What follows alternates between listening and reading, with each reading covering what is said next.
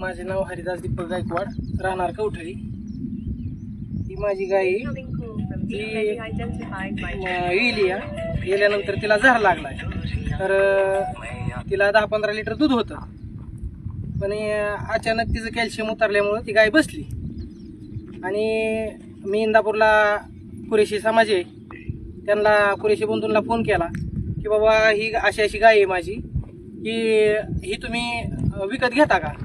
तर त्यांचं म्हणणं काय आलं की बाबा आम्हाला पोलीस प्रशासन आणि गोरक्षक हे जास्त त्रास देतात, तर आम्ही हा धंदा त्यांनी बंद केलेला आहे।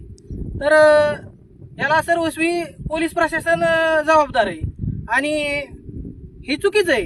का चुकीचं आहे? तर आता ह्या गायचं मला नाही म्हणलं तरी 10-15 हजार रुपये त्यांनी दिलं असतं। त्याच्यात मी आणि इकडून तिकडून डेअरीवाल्याकडनं म्हणा किंवा काय कसं काय हवंय ना, पण मी 10-15 हजार रुपये घेऊन आणखीन त्यात ₹1-2 टाकून माझ्या हिशोबाने मी बाजारातनं गाय दुसरी खरेदी केली आहे।